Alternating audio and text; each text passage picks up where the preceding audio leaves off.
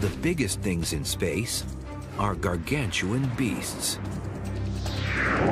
Each one is a heavyweight in its galactic division. The universe is an unimaginably large place. It's so big, it's really hard for human beings to actually comprehend things of these size scales.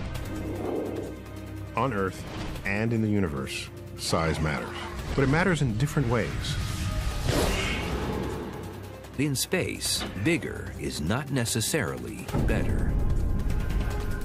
And oftentimes, the winners live large and die young.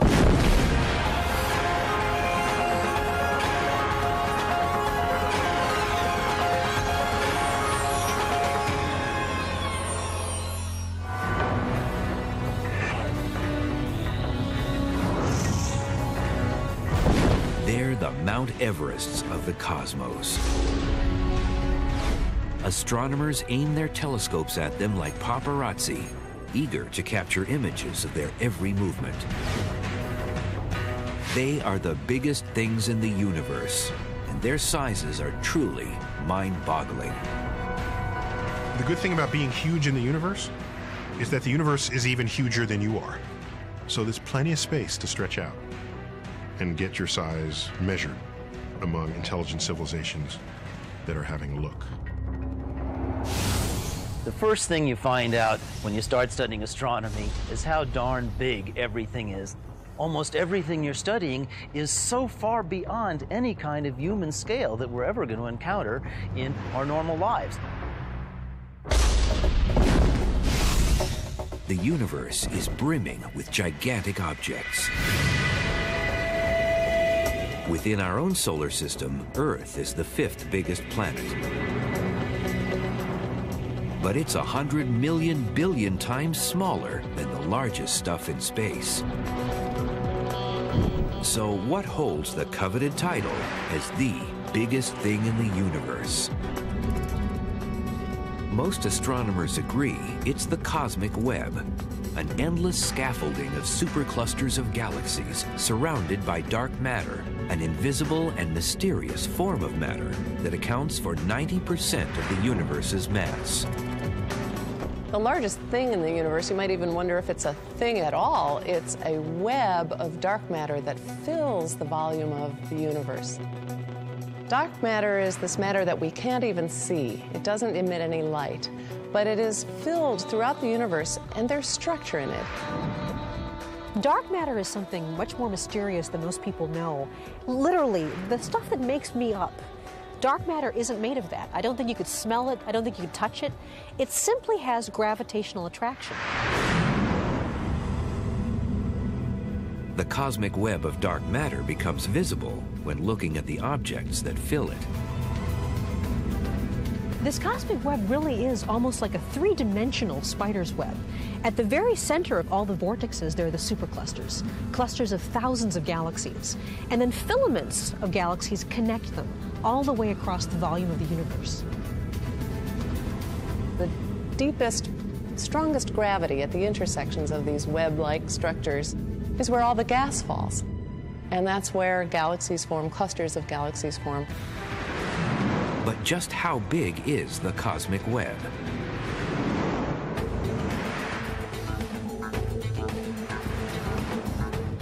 If the Milky Way galaxy were the size of a poppy seed, then the observable universe, everything we can see, would be about the volume of the Rose Bowl Stadium. Now that entire volume is filled with the cosmic web, superclusters linked together from one side of the universe to the other.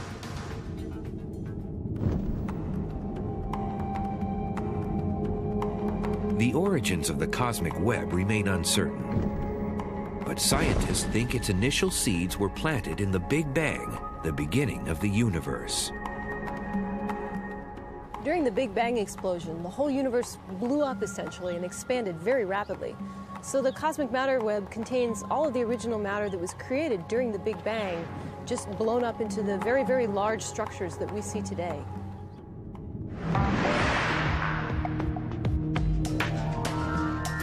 Scientists are actively trying to map out the cosmic web, which spans the entire universe. One way is to look at hot X-ray emitting gas and how it's contained by the gravity present in the dark matter. Another way is to look at something called gravitational lensing, where light is bent by the gravity of the cosmic web. And so we're able to sort of see the outlines of that cosmic web by the way it distorts the light that's behind it. The cosmic web basically contains everything in the universe.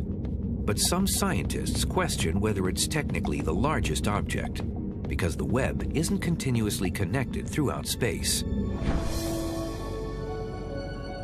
The cosmic matter web is not actually the largest gravitationally bound object in the universe, because all the matter in the universe has expanded so vastly, the force of gravity is not enough to keep it together in one area, whereas superclusters of galaxies are actually gravitationally bound, meaning that they have enough mass to produce enough gravity to hold them together over the passage of time. Astronomers don't have a firm estimate, but the cosmic web could be made up of hundreds of thousands of supercluster complexes. These are mega collections of galaxies, gravitationally bound, up to hundreds of millions of light years across. The universe is organized hierarchically. Stars make up galaxies, galaxies make up clusters, clusters make up superclusters. You could draw an analogy that a cluster might be the North American continent, and a supercluster might be the association of cities on the North American continent, cities on the European continent, cities on the Asian continent, etc. The current record holder for the largest supercluster of galaxies is called the Shapley Supercluster. This dense region of galaxies is 400 million light-years long. So it would take the fastest interplanetary spacecraft trillions of years to travel across it. The Shapley Supercluster spans several constellations and is almost 650 million light-years from our Milky Way galaxy.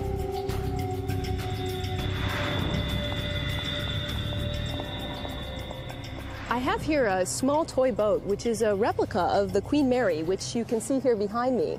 And this little toy is about 4,000 times smaller than the real Queen Mary. If you could just imagine that our own Milky Way galaxy that we live in is the same size as this toy boat, then one of the most massive superclusters that we know about, the Shapley Supercluster, would be the same size as the Queen Mary. So this Shapley Supercluster would be about 4,000 times larger than our own Milky Way. It's one of the most massive things we know about in the entire universe. Astronomers have known about superclusters since the 1950s, but now they've determined their origin through recent measurements of the cosmic microwave background, which is actual radiation left over from the Big Bang. It's been concluded that all superclusters, including the Shapley Supercluster, originated during the formation of the universe over 13 billion years ago. As the universe evolves and expands, gravity is an attractive force, so any region that has a little extra density there attracts more matter and more matter. So Shapley is a cluster that basically had the accumulation of many other little galaxies falling into it, and that's how it's gotten so big over time. Incredibly, scientists think the Shapley Supercluster may be even bigger than it appears.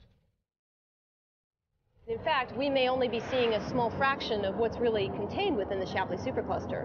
When the Wide Field Infrared Survey Explorer launches, we should be able to see about 10 times farther away, and hopefully we'll be able to see the rest of the Shapley Supercluster to see if it is even more massive than what we already know about.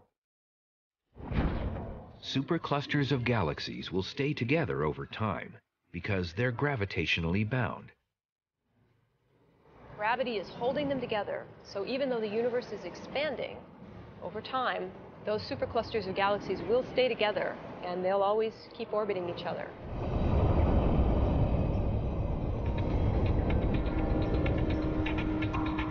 We humans also live in a supercluster complex, but it's less than half the size and about 10 times less massive than the Shapley Supercluster.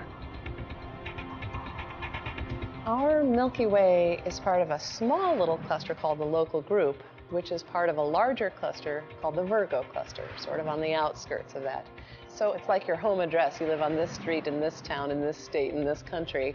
Similarly, the Milky Way has its larger and larger associations of which it's a part. Superclusters of galaxies are the most crowded neighborhoods in space, but they surround equally big regions where almost nothing exists. These bare spots are called voids. Voids are the opposite of clusters. If clusters are where all the galaxies are, voids are where all the galaxies aren't. And you do see this kind of frothy web-like structure of clusters and voids and clusters and voids. So it's kind of like cities and countryside, cities and countryside. The largest confirmed void in the universe remains Boötes. Named after the constellation where it resides, this near-empty space is a whopping 250 million light-years across. That's equal to 2,500 Milky Way galaxies placed side by side. Look out into the cosmos in any direction, and you'll see something. You'll see stuff. You'll see galaxies. You'll see gas, dust. You'll detect dark matter. Everywhere you look, there's something. Yet here's this giant hole with nothing in it.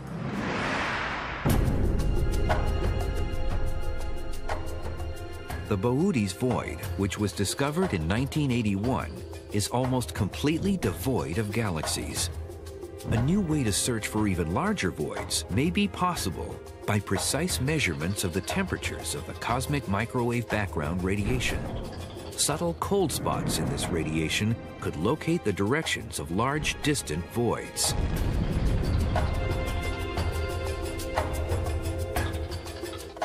The story of their formation is basically the reverse of how superclusters form. The voids must have started out in the first microsecond of the Big Bang as slightly low-density regions. But with time, they became less and less dense. All of the matter flowed away into the sheets and filaments, leaving the voids emptier and emptier of matter until today there's almost nothing but a few little dwarf galaxies in some of these voids. Voids and superclusters are just some of the big things contained in the even larger structure called the cosmic web. But the web also holds other immense objects, including colossal bubbles that might hold missing clues to the formation of galaxies.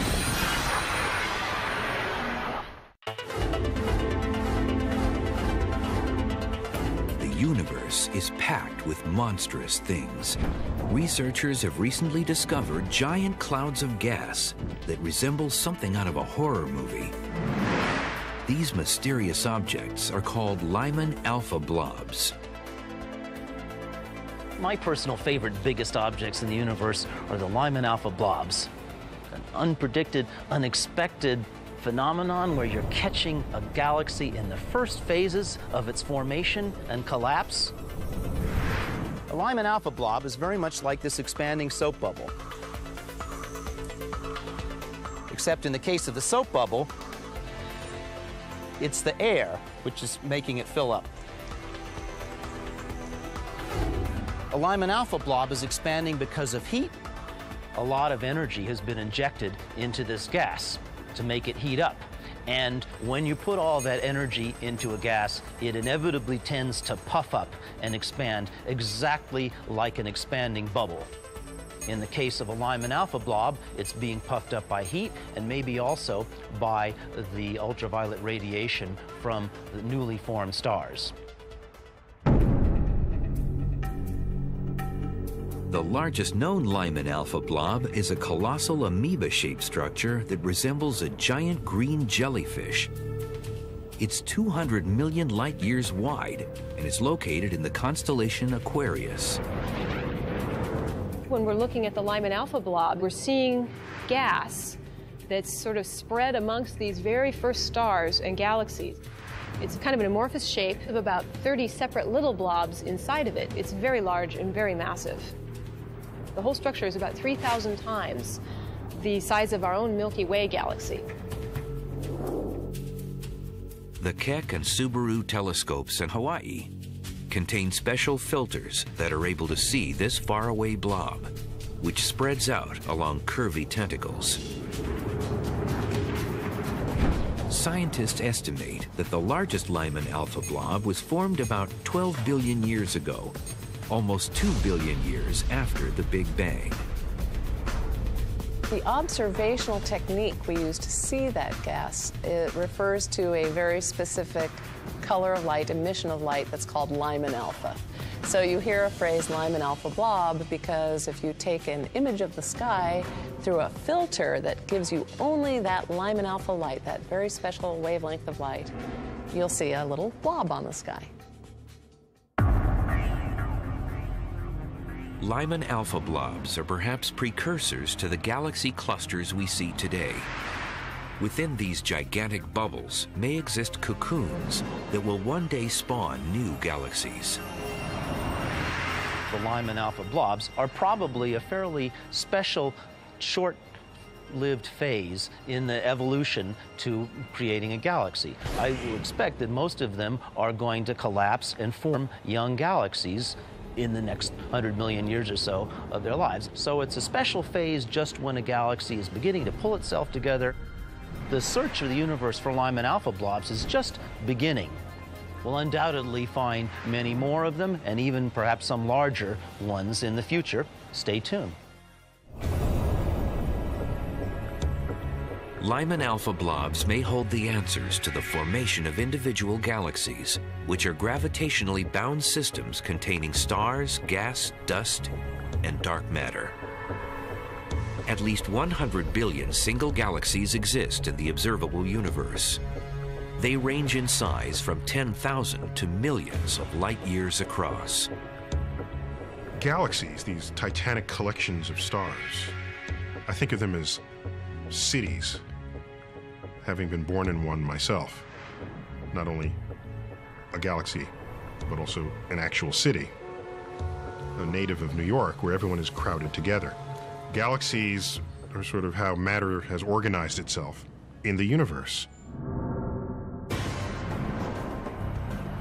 In the competition for largest single galaxy in the universe, sizing up a winner is challenging. The problem in saying what's the largest galaxy is in deciding where they end. Galaxy does not have a sharp edge. It just gets thinner and thinner as you go further out. It's exactly analogous to saying where's the end of a very large metropolitan area.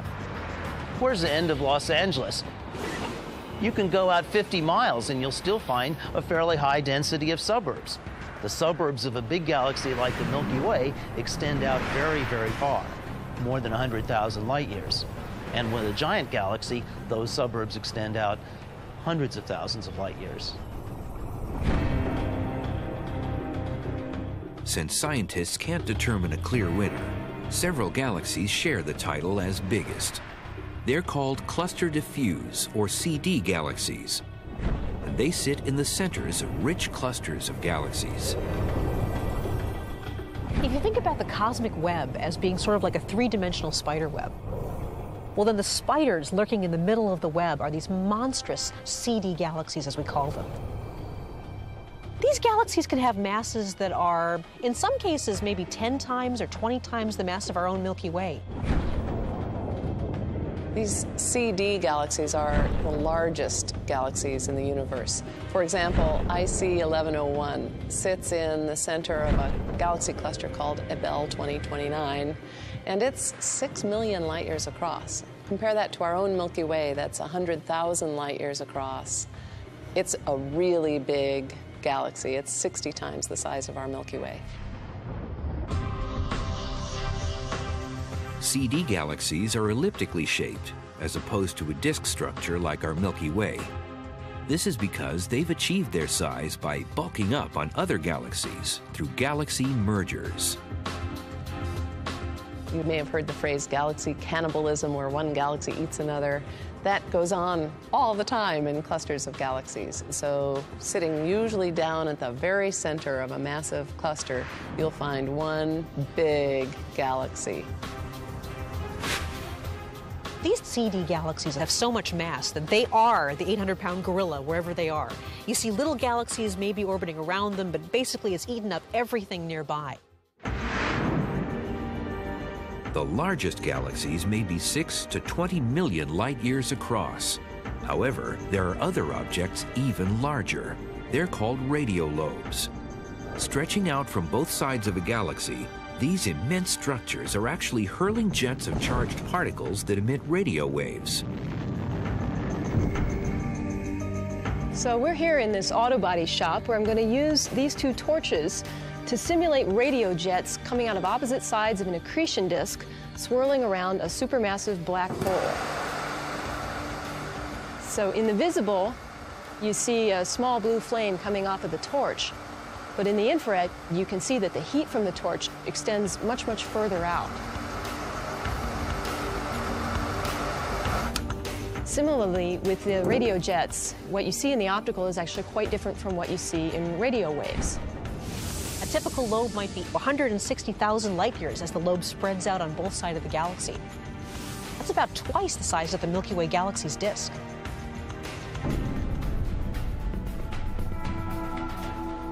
Astronomers think radiolobes are powered by supermassive black holes located in quasars. These are the luminous centers of most active galaxies.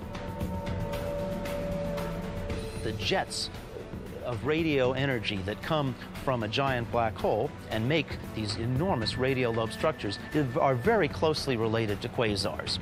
In fact, in some cases, you can see a low-power quasar in the center of the galaxy, and then it's surrounded by these giant lobes to either side.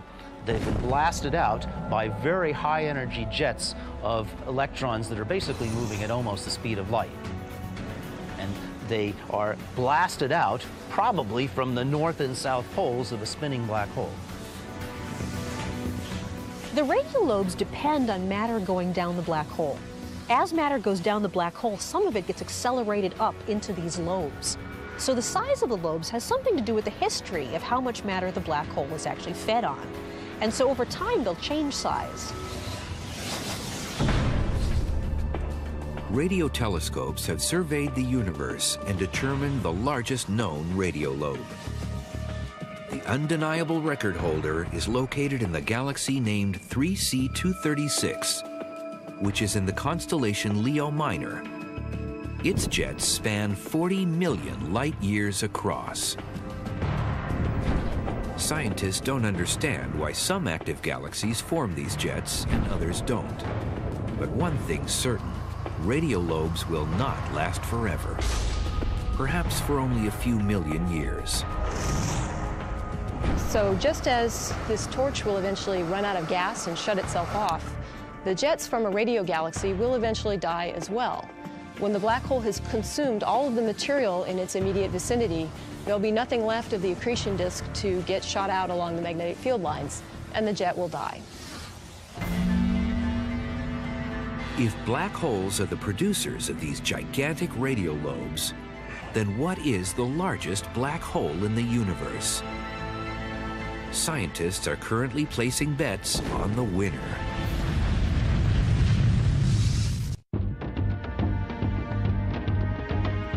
When it comes to the biggest things in the universe, some black holes earn a place in the record books.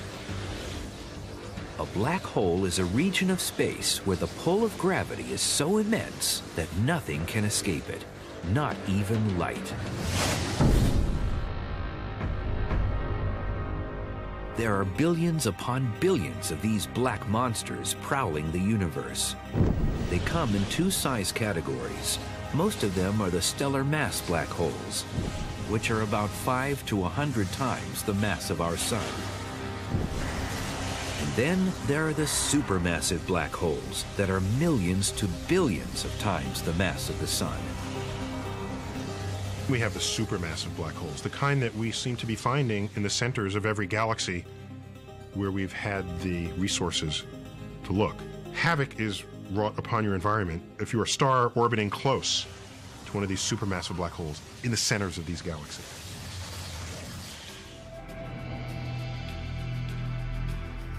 black holes are not physically large regions. But when measuring their mass, they become top competitors in the galactic heavyweight division. The center of our Milky Way, we know that there's a black hole that's about maybe 3 million times the mass of our own sun. And yet, because black holes are so incredibly dense, the actual size of the black hole is still fairly small, but incredibly, incredibly powerful gravitationally. As their name suggests, these black beasts are essentially black because no light can escape them. So one can only be observed when its gravity affects something else in space, such as a passing star, or when it's gorging on matter around it.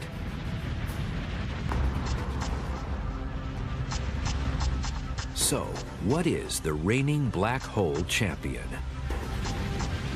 The current record holder for the largest black hole appears to be in the incredibly luminous quasar, which has the prosaic-sounding name HS 1946 plus 7658. Why do I say it's the largest black hole? Because we know it is the most luminous quasar in the universe that's been found so far. The black hole that's holding it together, that's producing the energy, needs to be about 10 billion times the mass of the sun. That corresponds to a black hole which is larger than our entire solar system. In fact, it's just out there to remind us how bizarre a seemingly simple force like gravity can actually be. The largest supermassive black hole wields power in the center of a galaxy. But there are other big luminous objects in the universe. In fact, there are some that seem to exist everywhere we look. When we glance into the nighttime sky, we see stars, twinkling dots of light that are actually luminous balls of plasma. Although they may seem small from Earth, stars come in a variety of sizes. From red dwarfs, which are about 1/12 the mass of our sun, to blue-white supergiants that can get as big as 150 solar masses. Our Milky Way holds 100 billion stars, including our sun, which is over 300,000 times the mass of planet Earth. And this cosmic beacon is a literal powerhouse in our solar system.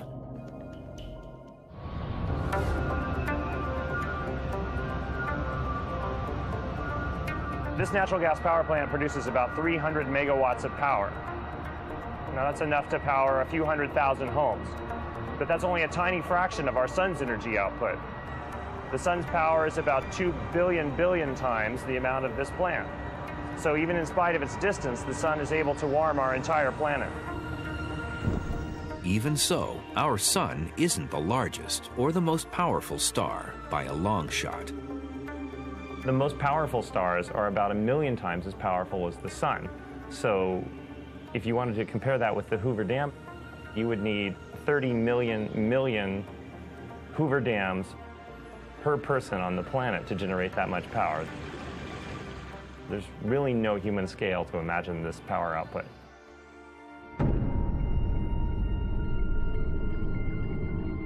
The largest and most powerful stars that produce this kind of energy are called red hypergiants. That's a class of stars that's even larger than supergiant stars. So typically stars, like our sun, are fusing hydrogen into helium to make their energy. But hypergiant stars have already exhausted all the hydrogen in their core, and they're fusing hydrogen into helium in the outskirts around the core, and that makes them extremely hot and energetic, and all that energy causes the star to swell up. And so the star ends up with a very large surface area. Surface area is of the size of the Earth's orbit or even bigger. Within the hefty field of red hypergiants, VY Canis Majoris appears to have the largest diameter. It's 2,000 times wider than our sun, and consequently, it would take the world's fastest race car 2,600 years to circle it once. This stellar champ lives about 5,000 light years from Earth in the constellation Canis Majoris. If you replace the sun with VY Canis Majoris, if you put this hypergiant star where the sun is, it's radius would extend out past Saturn's orbit. It'd be about 9 times as far from the sun as the Earth is. So this is a much broader in diameter star than our sun is. Astronomers determine the radius of such a large star by looking at its temperature. We use measurements of the temperature of the star's surface, which we can get from the color of the star, and then we will also measure the total power output or luminosity of the star. And by combining those, we can determine what the total surface area is of the star, and from that we get its diameter. Now, that assumes that you can measure its luminosity fairly well and that you know something about its temperature from its color. Most of the time, they just simply appear as pinpoints of light, and it's impossible to actually resolve it. Although there are new instruments now called interferometers, which are capable of resolving even very tiny point sources, like stars. And in some cases, there have been direct measurements of stellar diameters.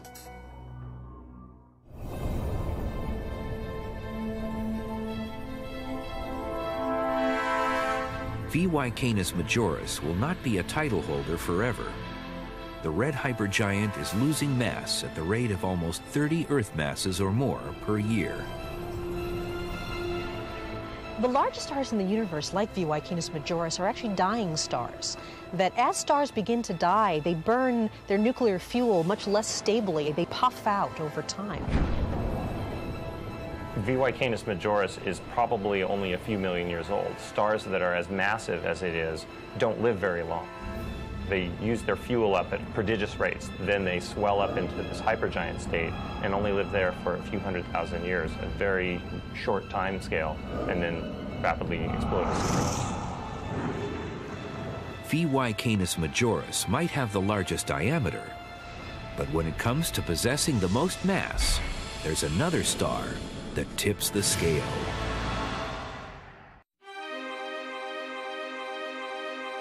In the wide world of stars, there are many contenders vying for the title as the largest in the universe. But when it comes to stars, big can mean two different things. When you talk about the biggest star, you could mean one of two things. You could either mean the star that has the largest diameter, or you might mean what its mass is. And mass is a measure of how much stuff you have. It's sort of like your weight when you step on a scale, how much matter your body is made of. According to some astronomers, the most massive star is located in our Milky Way galaxy. It's part of a binary star system known as A1, which is actually two stars that orbit each other once every 4 days.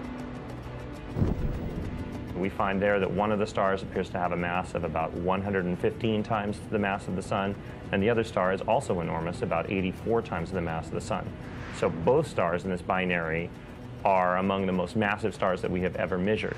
There may be more massive stars than the combination in A1 in this star cluster, but that's the most massive that we've been able to measure directly.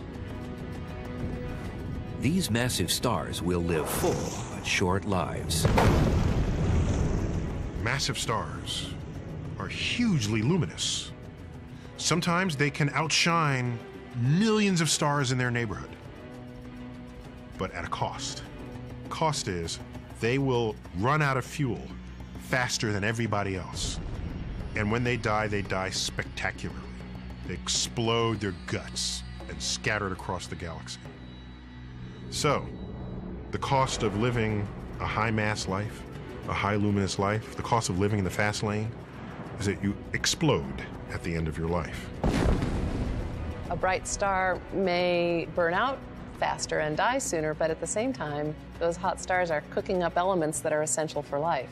So without really massive stars, we wouldn't be here because you wouldn't get the iron in my blood and the calcium in my bones. All of those things are formed only in the most massive stars.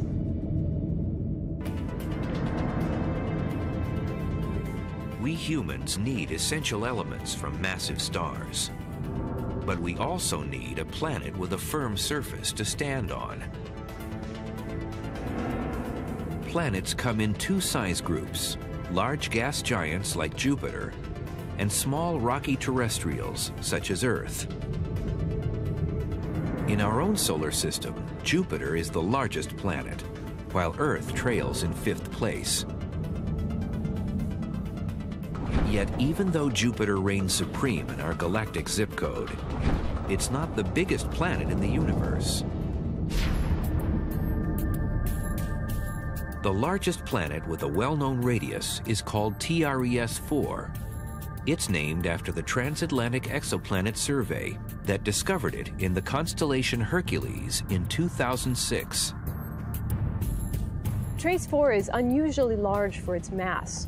We can actually directly measure its radius, and this particular planet has an unusually large radius. It's about 70% bigger than Jupiter, yet it has only about 80% of Jupiter's mass. That's about the same density as cork or even whipped cream. If you look at Earth, it's a rocky planet, very dense. And then even the gas giant planets like Jupiter are compressed gas and water and other chemicals, very tightly compressed.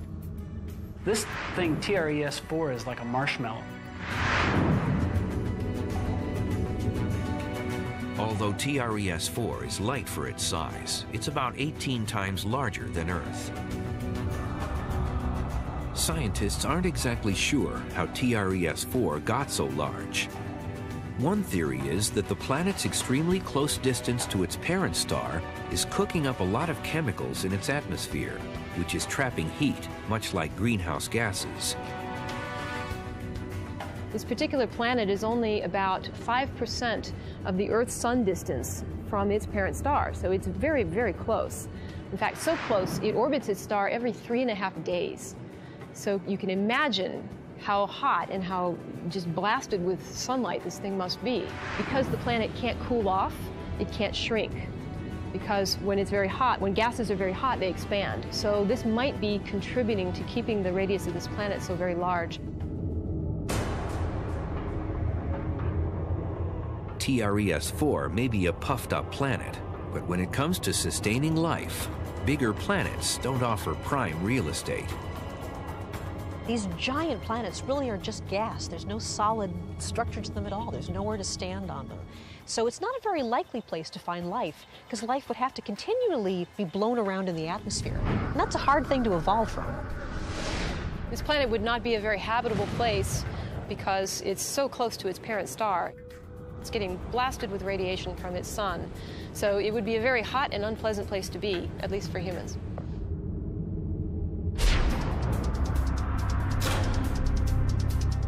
TRES-4 currently has the largest known radius. However, the planet could be bumped out of first place in the near future.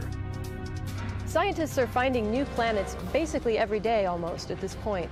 So it's quite possible that we will find another one that's even bigger than this particular planet anytime. In addition to planets, scientists are also discovering new asteroids all the time. These are rocky bodies that didn't become planets. And the largest one may exist in our galactic neighborhood.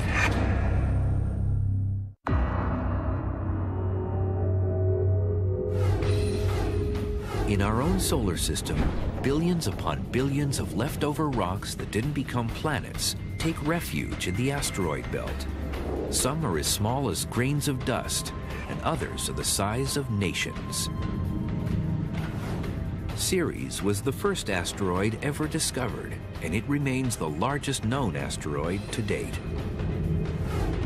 Named after the Roman goddess of plants and harvest, Ceres is about 600 miles in diameter, so it's almost as large as the state of California. Ceres is so big that it contains 25% of all the mass in the asteroid belt. Ceres is so big that if you took all the other asteroids in the asteroid belt and glued them all together, they'd only be about 2 or 3 times bigger than Ceres.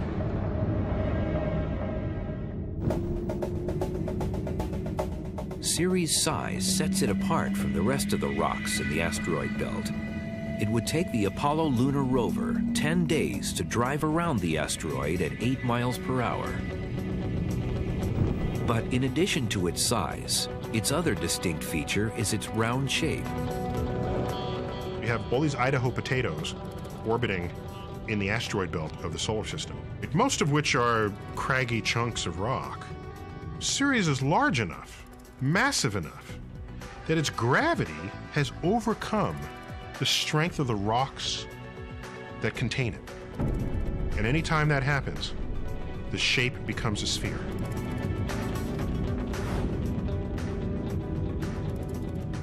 Because of its round shape, Ceres now holds a dual title. The current definition of a dwarf planet is something that in fact is massive enough and has enough self-gravity to form itself into a round shape. And in fact, since Ceres is round, we also call it, in addition to being an asteroid, a dwarf planet. We know only a little bit about the composition of Ceres right now. We know that it's made primarily of rock, but it may also have water ice, and in fact it could have clay inside it as well. The Dawn mission is actually going to go to Ceres and enter into orbit around it, and they'll bring a whole suite of instruments to bear on it, so we should learn a lot more about the composition of this unusually large asteroid in our own solar system.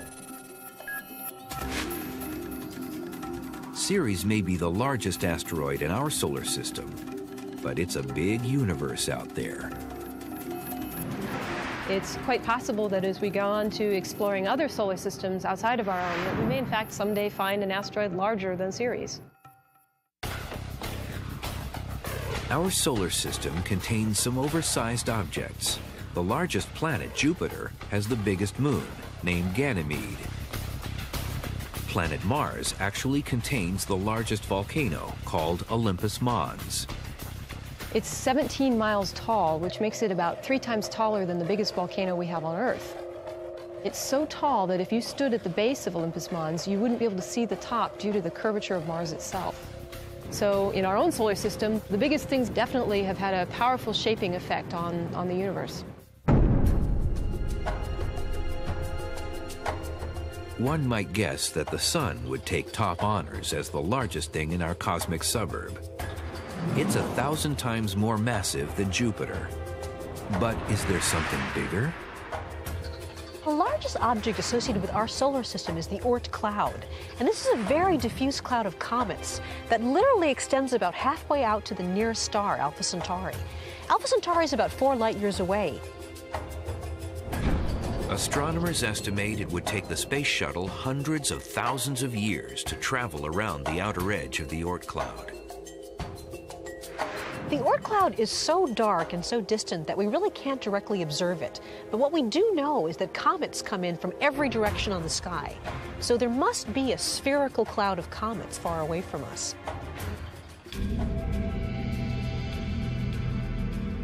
The origins of the Oort cloud remain puzzling. One theory is that it was formed early in our solar system. As comets fell in towards the forming sun, they were ejected into long orbits. Over time, their orbits threw them out into a giant cloud.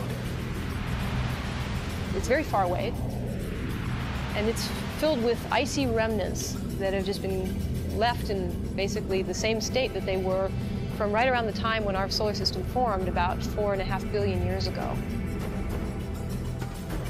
So they are, you could say, the archaeological remnants of the formation of our solar system. The universe is comprised of things both big and small. But it's the large structures in space that challenge our understanding of how the universe works.